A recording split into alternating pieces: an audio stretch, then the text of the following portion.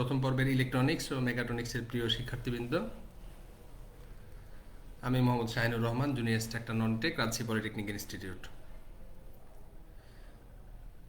সামাজিক বিজ্ঞানের আজকে আরেকটি নতুন বিষয় নিয়ে তোমাদের সামনে কথা বলার জন্য উপস্থিত হয়েছি। আজকের বিষয়টি হচ্ছে সংবিধান। আমরা গতদিন রাষ্ট্রের উপাদান এবং সেই হিসেবে সরকারের ধরন, সরকারের প্রধান অঙ্গ সংগঠন ইত্যাদি বিষয়গুলো সম্পর্কে বিস্তারিত কথা বলেছিলাম। আজকে আমরা আরও গুরুত্বপূর্ণ একটি বিষয় রাষ্ট্রের, সেটি হচ্ছে সংবিধান। এই সংবিধান এর প্রকারভেদ এবং বাংলাদেশের সংবিধানের উল্লেখযোগ্য বৈশিষ্ট্যগুলো নিয়ে আজকের এই আলোচনা। প্রথমে আমরা বলি সংবিধান কি বা কাকে বলে।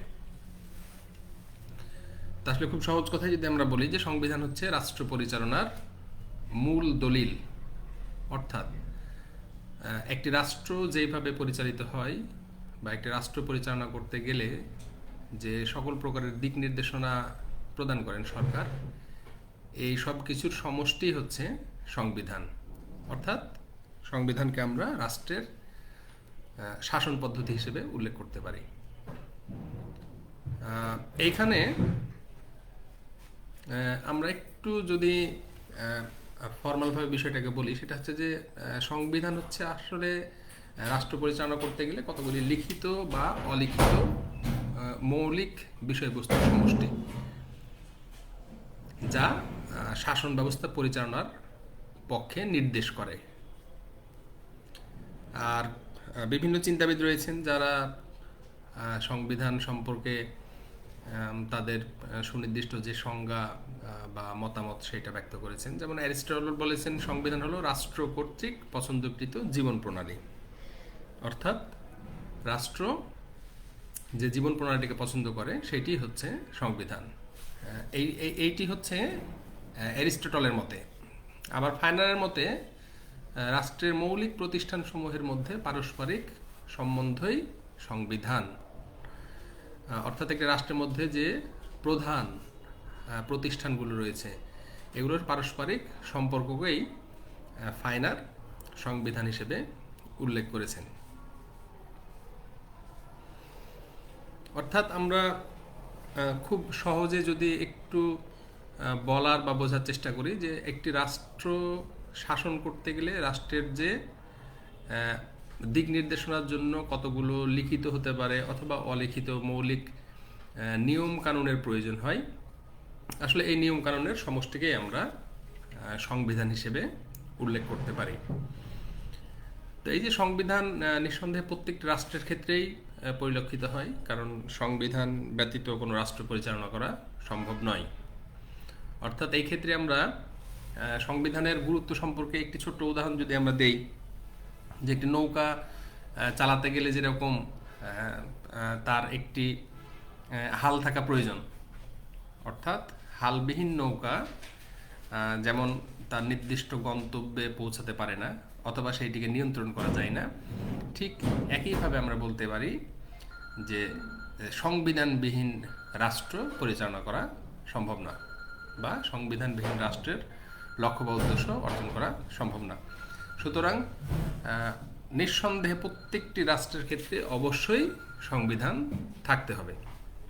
এখন বিভিন্ন রাষ্ট্রের ক্ষেত্রে নিঃসন্দেহে গুরুত্বপূর্ণ উপাদান হিসেবে আমরা বলছি সংবিধানের অস্তিত্বের কথা, এবং এই ক্ষেত্রে আমরা বেশ কয়েক প্রকারের সংবিধান বিভিন্ন রাষ্ট্রের ক্ষেত্রে লক্ষ্য করলে দেখতে পাই, যেগুলোকে আমরা সংবিধানের শ্রেণী বিভাগ হিসেবে উল্লেখ করি। এই ক্ষেত্রে সংবিধানকে মূলত চারটি প্রধান ভাগে ভাগ করা যায়। একটি হতে পারে লিখিত সংবিধান, আরেকটি হতে পারে অলিখিত সংবিধান, আরেকটি হতে পারে সুপরিবর্তনীয় সংবিধান, এবং 4 নম্বরে যেটি আমরা বলছি সেটি হচ্ছে দুষ্পরিবর্তনীয় সংবিধান। আসলে আমরা একটু খেয়াল করলে নিঃসন্দেহে এই বিষয়গুলা অবশ্যই সহজে ধারণ করতে পারবো। সেটা হচ্ছে যে লিখিত সংবিধান বলতে আমরা কোনগুলোকে বুঝি? লিখিত সংবিধান বলতে আমরা বুঝি যে সংবিধানের ধারাগুলো এক বা একাধিক দলিলে লিপিবদ্ধ অবস্থায় থাকবে। অর্থাৎ আমরা বললাম যে সংবিধান হচ্ছে রাষ্ট্র পরিচালনার মূল বিষয়বস্তু বা মৌলিক নিয়ম নীতির সমষ্টি। এই ক্ষেত্রে লিখিত সংবিধান সংবিধান হচ্ছে যে সংবিধানের মূল ধারাগুলো এক বা একাধিক দলিলে লিখিত অবস্থায় থাকবে, এটি হচ্ছে লিখিত সংবিধান। একইভাবে আমরা যদি বলি যে অলিখিত সংবিধান, তাহলে কোনটা হবে? ঠিক আমরা আগের যে সংজ্ঞাটা হয়তো দিচ্ছি, ঠিক সেইটার বিপরীত হবে। অর্থাৎ রাষ্ট্র পরিচালনার মৌলিক বিষয়বস্তুগুলো যদি দলিল আকারে লিখিত অবস্থায় না থাকে, সেটি হচ্ছে অলিখিত সংবিধান। অর্থাৎ যেখানে মূলধারাগুলো লিখিত অবস্থায় রয়েছে সেটিকে আমরা বলছি লিখিত সংবিধান, এবং যেখানে সংবিধানের ধারাগুলো লিখিত অবস্থায় নাই বা থাকে না, সেটি হচ্ছে অলিখিত সংবিধান। আরেকটি হচ্ছে সুপরিবর্তনীয় সংবিধান। সুপরিবর্তনীয় আরেকটু যদি আমরা সহজভাবে কথাটাকে চিন্তা করি, সেটা হচ্ছে সহজে পরিবর্তনীয়। তো এই ক্ষেত্রে আমরা ব্যাখ্যাটা এরকম বলতে পারি যে কোনো একটি সংবিধানে যে কোনো ধরনের পরিবর্তন নিয়ে আসার জন্য যদি কোনো কঠিন বা জটিল পন্থা অবলম্বন করতে না হয়, অর্থাৎ কোনো একটি সংবিধানে যে কোনো ধরনের পরিবর্তন যদি সহজেই করা যায় কোনো প্রকার জটিলতা ছাড়াই, সেটি হবে সুপরিবর্তনীয় সংবিধান। অর্থাৎ যে সংবিধানের যে কোনো ধারা সহজে পরিবর্তন করা যায় সেটি হচ্ছে সুপরিবর্তনীয় সংবিধান। আর এর পরের ভাগটি হচ্ছে, অর্থাৎ আমাদের 4 নম্বর ভাগটি হচ্ছে দুষ্পরিবর্তনীয় সংবিধান। এটিও ঠিক সুপরিবর্তনীয় বিপরীত। অর্থাৎ লিখিত সংবিধানের বিপরীত যেরকম অলিখিত সংবিধান, ঠিক একইভাবে সুপরিবর্তনীয় সংবিধানের বিপরীত হচ্ছে দুষ্পরিবর্তনীয় সংবিধান। তাহলে দুষ্পরিবর্তনীয় সংবিধান বলতে আমরা কি বুঝবো? এইখানে আমরা বুঝবো যে কোনো একটি সংবিধান পরিবর্তনের বিষয়টি যদি সহজসাধ্য না হয়, অর্থাৎ একটি সংবিধান যদি সহজে পরিবর্তন করা না যায়, সেটি হচ্ছে দুষ্পরিবর্তনীয় সংবিধান। এখানে আমরা একটা কথা বলে রাখি, সেটা হচ্ছে যে সহজে পরিবর্তন করা না যায় তার অর্থ কিন্তু এই না যে এখানে কোনো পরিবর্তনই করা যাবে না, আমরা কিন্তু তা বলছি না। আমরা যেমনটা সুপরিবর্তনীয়র ক্ষেত্রে বললাম যে যে সংবিধান সহজে পরিবর্তন করা যায় সেইটি হচ্ছে সুপরিবর্তনীয় সংবিধান। আর দুষ্পরিবর্তনীয়র ক্ষেত্রে আমরা বলছি যে এখানে যে কোনো ধরনের পরিবর্তন নিয়ে আসতে চাইলে এই প্রক্রিয়াটি হচ্ছে তুলনামূলক জটিল বা কঠিন, এই জন্য এটিকে আমরা বলছি দুষ্পরিবর্তনীয় সংবিধান। তো মোটামুটি এই 4 প্রকারের যে সংবিধান আছে, লিখিত, অলিখিত, সুপরিবর্তনীয় এবং দুষ্পরিবর্তনীয়, এই 4 ধরনের সংবিধানের মধ্যেই আমরা পৃথিবীব্যাপী রাষ্ট্রগুলোকে তাদের নিজেদের কর্মকাণ্ড পরিচালনা করতে দেখি। এখন আমরা আমাদের বাংলাদেশের সংবিধানের বৈশিষ্ট্যগুলো সম্পর্কে আলোচনা করার চেষ্টা করব। আমরা জানি, যেমনটা আমরা বললাম যে সংবিধান ছাড়া রাষ্ট্র পরিচালনা করা সম্ভব নয়, এবং প্রত্যেকটি রাষ্ট্রের ক্ষেত্রেই সংবিধানের অস্তিত্ব অবশ্যই আছে। সেই হিসাবে নিঃসন্দেহে বাংলাদেশ নামক রাষ্ট্রের ক্ষেত্রেও সংবিধান আছে, এটি বলার অপেক্ষা রাখে না। এখন আমরা আমাদের বাংলাদেশের সংবিধানের কিছু প্রধান বৈশিষ্ট্যগুলো সম্পর্কে তোমাদেরকে কিছুটা ধারণা দেওয়ার চেষ্টা করব। প্রথমে আমরা বলি যে রাষ্ট্র পরিচালনার আদর্শ ও মূলনীতি। অর্থাৎ পৃথিবীর প্রত্যেকটি রাষ্ট্রের ক্ষেত্রেই আমরা রাষ্ট্র পরিচালনার ক্ষেত্রে কিছু আদর্শ বা মূলনীতি আমরা দেখতে পাই। নিঃসন্দেহে বাংলাদেশের ক্ষেত্রেও এইটি ব্যতিক্রম নয়। অর্থাৎ আমাদের রাষ্ট্র পরিচালনার ক্ষেত্রে কিছু বিষয়বস্তুকে মূলনীতি ও আদর্শ হিসেবে নির্ধারণ করা হয়েছে, যার উপরে বাংলাদেশ নামক রাষ্ট্রটি তার কর্মকাণ্ড পরিচালনা করে। তো এক্ষেত্রে রাষ্ট্র পরিচালনার ক্ষেত্রে 4টি বিষয়কে মূলনীতি আকারে গ্রহণ করা হয়েছে। এর 1 নম্বরে হচ্ছে জাতীয়তাবাদ, 2 নম্বরে হচ্ছে গণতন্ত্র। এরপরে রয়েছে অর্থনৈতিক এবং সামাজিক ক্ষেত্রে ন্যায় বিচার, এবং চতুর্থ বিষয়টি হচ্ছে সর্বশক্তিমান আল্লাহর উপরে পূর্ণ আস্থা ও বিশ্বাস। অর্থাৎ জাতীয়তাবাদ, গণতন্ত্র, অর্থনৈতিক এবং সামাজিক ক্ষেত্রে ন্যায় বিচার এবং সর্বশক্তিমান আল্লাহর উপরে পূর্ণ আস্থা এবং বিশ্বাস, এই 4টি বিষয়কে বাংলাদেশ নামক রাষ্ট্রের মূলনীতি হিসেবে নির্ধারণ করা হয়েছে। 2 নম্বর আরেকটি গুরুত্বপূর্ণ বৈশিষ্ট্য হতে পারে বাংলাদেশের সংবিধানের ক্ষেত্রে, সেটি হচ্ছে মৌলিক অধিকার।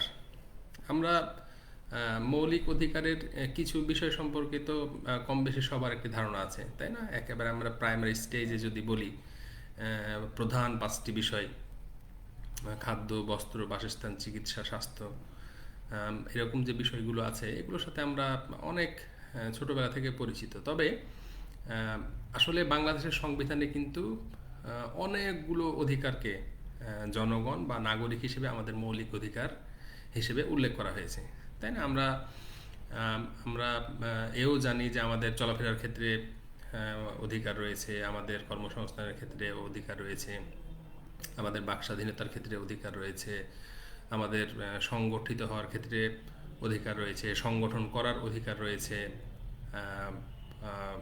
এরকম যে বিভিন্ন অধিকারগুলো আছে এগুলোর সুনির্দিষ্ট দিক নির্দেশনা কিন্তু আমাদের বাংলাদেশের সংবিধানে দেয়া হয়েছে। অর্থাৎ মৌলিক অধিকার বলতে যে সকল অধিকারগুলোকে আমরা বুঝবো বা চিহ্নিত করব, এগুলো সম্পর্কে স্পষ্টভাবে বাংলাদেশের সংবিধানে কিন্তু উল্লেখ করা হয়েছে।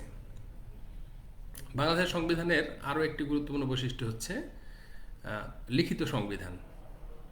এইখানে আমাদের প্রিন্টের একটু প্রবলেমের জন্য যে লিখিত অধিকার দেখানো আছে, এটি হবে আসলে লিখিত সংবিধান। অর্থাৎ বাংলাদেশের সংবিধানের 3 নম্বর বৈশিষ্ট্য হচ্ছে বাংলাদেশের সংবিধান লিখিত সংবিধান। যেহেতু আমরা কিছুক্ষণ আগেই যখন সংবিধানের শ্রেণী বিভাগ নিয়ে কথা বলছিলাম, তখন লিখিত সংবিধানের বিষয়টি আমরা উল্লেখ করেছি এবং এও বলেছি আমরা যে লিখিত সংবিধান বলতে আসলে ওই সংবিধানকে আমরা বুঝবো যেখানে রাষ্ট্র পরিচালনার বিষয়বস্তুগুলো লিখিত আকারে থাকবে, অর্থাৎ দলিল আকারে লিখিত অবস্থায় থাকবে।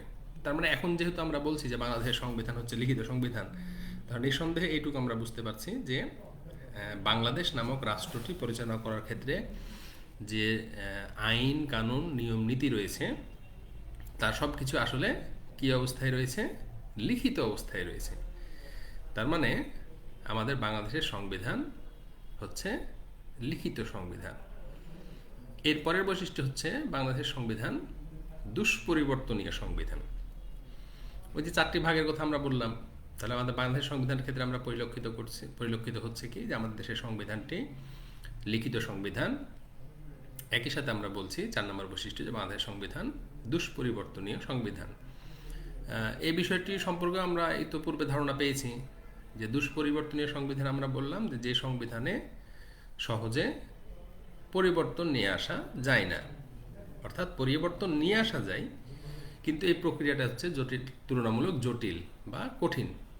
তো আমাদের বাংলাদেশের সংবিধানের ক্ষেত্রে যখন আমরা বলছি যে এটি দুষ্পরিবর্তনীয় সংবিধান, তখন আসলে এখানে পরিবর্তনের প্রক্রিয়াটি কি? পরিবর্তনের প্রক্রিয়াটি এখানে হচ্ছে যে যদি কোনো সরকার বাংলাদেশের সংবিধানে কোনো ধরনের পরিবর্তন বা সংশোধনী নিয়ে আসতে চান, তাহলে তাদের 2/3 জনসমর্থন থাকতে হবে।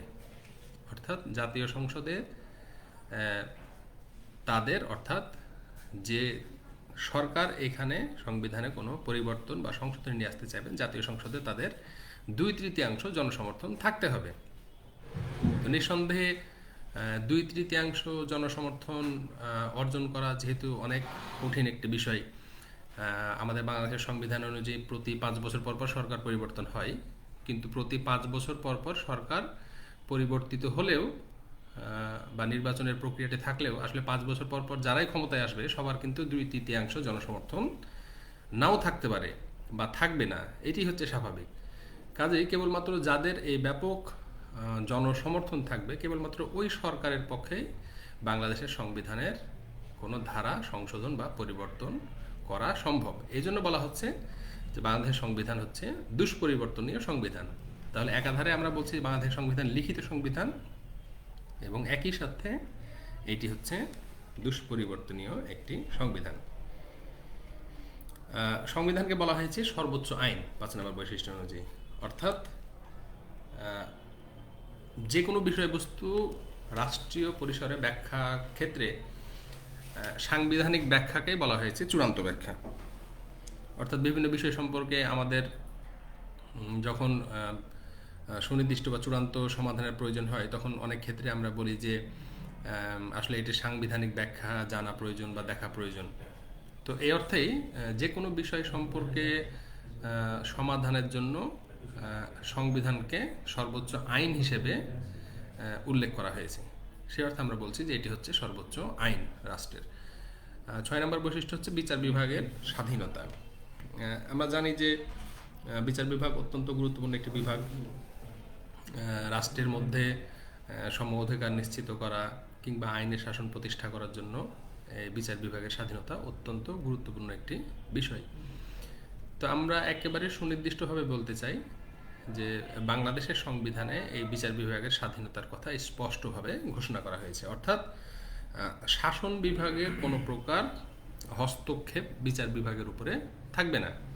বিচার বিভাগ তার নিজস্ব গতিতে তার কর্মকাণ্ড পরিচালনা করবে। এই ক্ষেত্রে বিচার বিভাগকে প্রভাবিত করার কোনো সুযোগ নাই।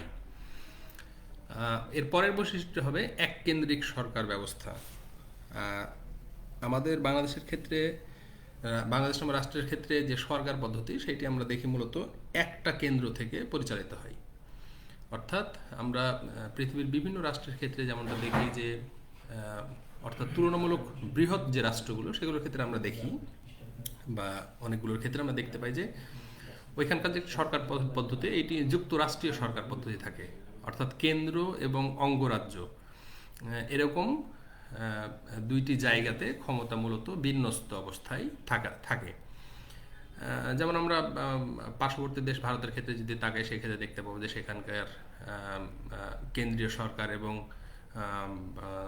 প্রাদেশিক সরকার এই হিসেবে সরকারকে ভূমিকা পালন করতে দেখি।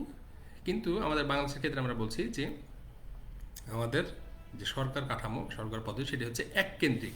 অর্থাৎ আমাদের এখানে সরকারের হাতে কেন্দ্রে, অর্থাৎ এইটি যদি আমরা জাতীয় সংসদ বা আমাদের রাজধানী ঢাকা ভিত্তিক চিন্তা করি, তো মূলত এই একটা কেন্দ্র থেকে পুরো এই রাষ্ট্রটাকে পরিচালনা করা হয় বা নিয়ন্ত্রণ করা হয়। অর্থাৎ অন্যান্য বৃহৎ রাষ্ট্রগুলোর মতো কেন্দ্রীয় সরকার বা আঞ্চলিক সরকার এই হিসেবে আমরা সরকারের কর্মকাণ্ড পরিচালনা করতে দেখি না। এই জন্য আমরা বলছি যে আমাদের এখানকার সরকার পদ্ধতি হচ্ছে এককেন্দ্রিক সরকার ব্যবস্থা। এই পরের বৈশিষ্ট্য হবে যে আমাদের যে আইনসভা, সেটি হচ্ছে এক কক্ষ বিশিষ্ট আইনসভা। এখানে একটা বিষয় উল্লেখ করার যে এককেন্দ্রিক সরকার ব্যবস্থার ক্ষেত্রে সচরাচর আমরা এক কক্ষ বিশিষ্ট আইনসভায় দেখি। অর্থাৎ আমাদের জাতীয় সংসদের মধ্যে কোনো ভাগ বা যে কোনো নামে কোনো বিভাজন আমরা দেখতে পাই না। ঠিক আগের উদাহরণটা যদি আমরা আরেকবার দেই, যে যুক্তরাষ্ট্রীয় সরকার পদ্ধতির ক্ষেত্রে তাদের জাতীয় সংসদের মধ্যেও আমরা দুইটা কক্ষ দেখতে পাই, একটি কেন্দ্রীয় সরকার অথবা আরেকটি আঞ্চলিক সরকারের ক্ষেত্রে। কিন্তু যখন কোনো রাষ্ট্রের সরকার পদ্ধতি বা সরকার এককেন্দ্রিক হয়, তখন তার আইনসভাও এক কক্ষ বিশিষ্ট হয়। অর্থাৎ এখানে কোনো বিভাজন থাকে না। সেই হিসেবে আমরা বলছি যে আমাদের বাংলাদেশের সরকার হচ্ছে এককেন্দ্রিক সরকার, এবং একই সাথে আমাদের জাতীয় সংসদ যেটি, সেটি হচ্ছে এক কক্ষ বিশিষ্ট। এর পরের বৈশিষ্ট্য হচ্ছে যে বাংলাদেশের সংবিধানের আরেকটি গুরুত্বপূর্ণ বৈশিষ্ট্য, সেটি হচ্ছে মন্ত্রিপরিষদ শাসিত সরকার। অর্থাৎ আমরা আমাদের দেশে যে সরকারকে ভূমিকা পালন করতে দেখি, এবং এটা আমরা এই বিষয়টি সম্পর্কে আমরা কিছুটা ধারণা হয়তো এর আগের অধ্যায়ে পড়ার সময় পেয়েছি। সেটি হচ্ছে যে সরকার মূলত রাষ্ট্র পরিচালনার ক্ষেত্রে একটি গুরুত্বপূর্ণ উপাদান। এবং সরকার কি বা কে? সরকার মূলত হচ্ছে জনগণের দ্বারা নির্বাচিত প্রতিনিধি, অর্থাৎ যারা এক নির্দিষ্ট সময়ের জন্য রাষ্ট্র পরিচালনার দায়িত্ব পান। তো এই ক্ষেত্রে আসলে সরকারের কেন্দ্রবিন্দুর বিষয়টি যখন থাকে রাষ্ট্রপতির হাতে, তখন আমরা সেটিকে রাষ্ট্রপতি শাসিত সরকার বলি, এবং রাষ্ট্রের ক্ষমতার কেন্দ্রবিন্দু যখন প্রধানমন্ত্রী হন তখন সেটিকে আমরা মন্ত্রিপরিষদ শাসিত সরকার ব্যবস্থা হিসেবে উল্লেখ করেছিলাম। তো আমরা যখন বলছি যে বাংলাদেশের সংবিধানের বৈশিষ্ট্য হচ্ছে মন্ত্রিপরিষদ শাসিত সরকার, তার মানে নিঃসন্দেহে এইটি আসলে সংবিধানে সুনির্দিষ্টভাবে উল্লেখ করা হয়েছে। অর্থাৎ সংবিধানে স্পষ্টভাবে ঘোষণা করা আছে যে বাংলাদেশ নামক রাষ্ট্রটি পরিচালনা করতে গেলে সরকার হিসেবে যারা দায়িত্ব পালন করবে, এই সরকারটা হবে কী ধরনের? সরকারটা হবে মন্ত্রিপরিষদ শাসিত সরকার। অর্থাৎ মন্ত্রিপরিষদ শাসিত সরকারের সকল ক্ষমতার কেন্দ্রবিন্দু থাকেন প্রধানমন্ত্রী এবং তার মন্ত্রিপরিষদের সদস্যবৃন্দ। তো এই হিসেবে আমরা বলছি যে বাংলাদেশ সরকার মূলত আমরা যে মন্ত্রিপরিষদ শাসিত সরকার হিসেবে দেখছি, এইটি আসলে আমাদের সংবিধানে উল্লেখ করা হয়েছে। পরের বৈশিষ্ট্য হচ্ছে নাম সর্বস্ব রাষ্ট্রপতি।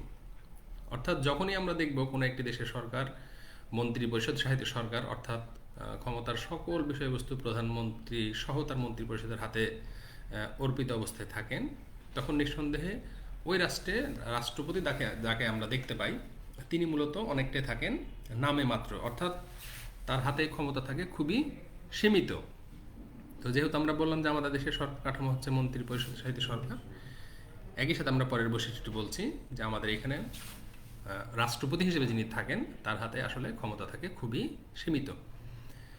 আরেকটি বৈশিষ্ট্য হচ্ছে সার্বজনীন ভোটাধিকার। অর্থাৎ সার্বজনীন, সবার জন্য ভোটাধিকার।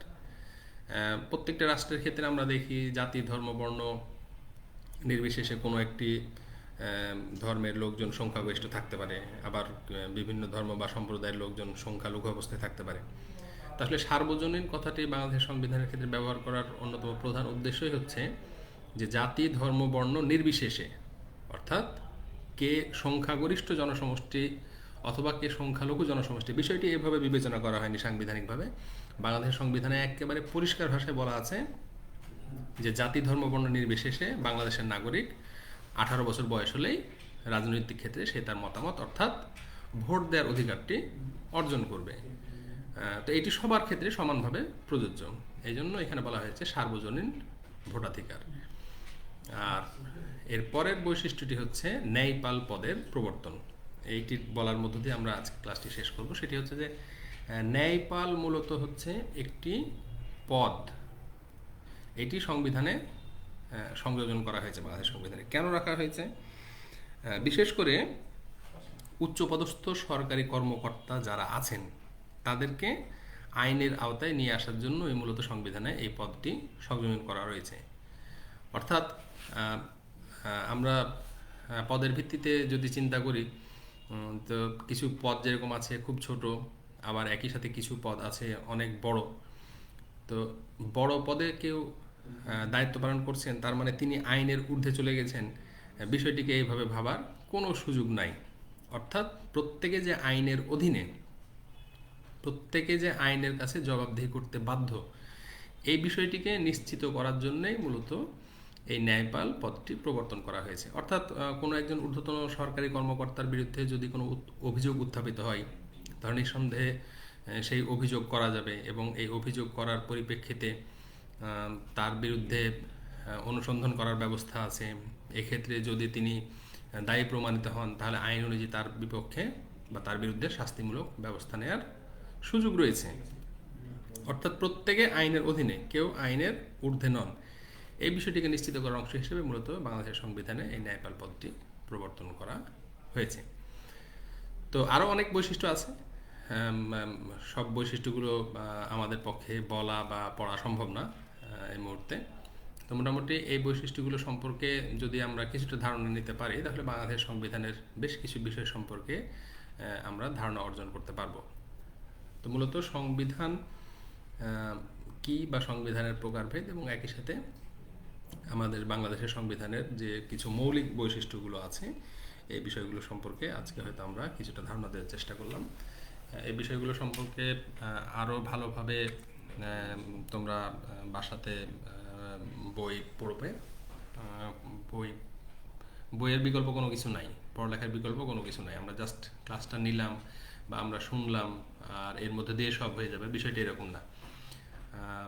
ক্লাস থেকে একটি ধারণা পাওয়া যায় নিঃসন্দেহে, এটিকে আরও বেশি গঠনমূলক বা কনস্ট্রাকটিভ করার জন্য নিঃসন্দেহে অধ্যয়নের বিকল্প নাই। এই জন্য বাসাতে বেশি বেশি পড়ালেখা করতে হবে।